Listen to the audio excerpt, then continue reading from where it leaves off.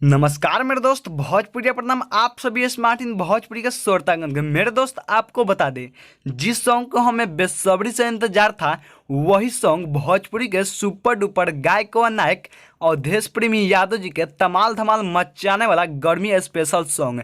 मेरे दोस्त आपको बता दें, बेना डोलादा ये देवरू, जी हाँ, बेना डोलादा ये देवरू 2020 का सबसे बड़ा हिट गर्मी स्पेशल सॉन्ग। मेरे दोस्त इस गाने का ऑडियो तो आप लोग सुन ही लिए होंगे, लेकिन अब इंतजार की घड़ी हुई समाप्त और अवधेश प्रेमी यादव जी के तमाल धमाल मचाने वाला सॉन्ग को वीडियो का डेट भी आ गया है। मेरे दोस्त आपको जरूर बताएंगे, लेकिन उससे पहले एक छोटा सा रिक्वेस्ट, अगर आप लोग अभी तक हमारे चैनल को सब्सक्राइब नहीं किए हैं तो कर लीजिए सब्सक्राइब और दबा दीजिए बेल आइकन को, भोजपुरी जगत की हर एक छोटे बड़े खबर जानने के लिए। जी हाँ मेरे दोस्त, आपको बता दे, बेना डोलादा ये देवरू के वीडियो 17 मई 2020 सुबह 7 बजे RCA म्यूजिक हिट पर रिलीज हो रहा है। मेरे दोस्त यानी कि कल सुबह 7 बजे RCA म्यूजिक के माध्यम से यह वीडियो को रिलीज किया जा रहा है। मेरे दोस्त तो आप लोग से मेरा नम्र निवेदन है कि इस सॉन्ग को RCA म्यूजिक हिट पर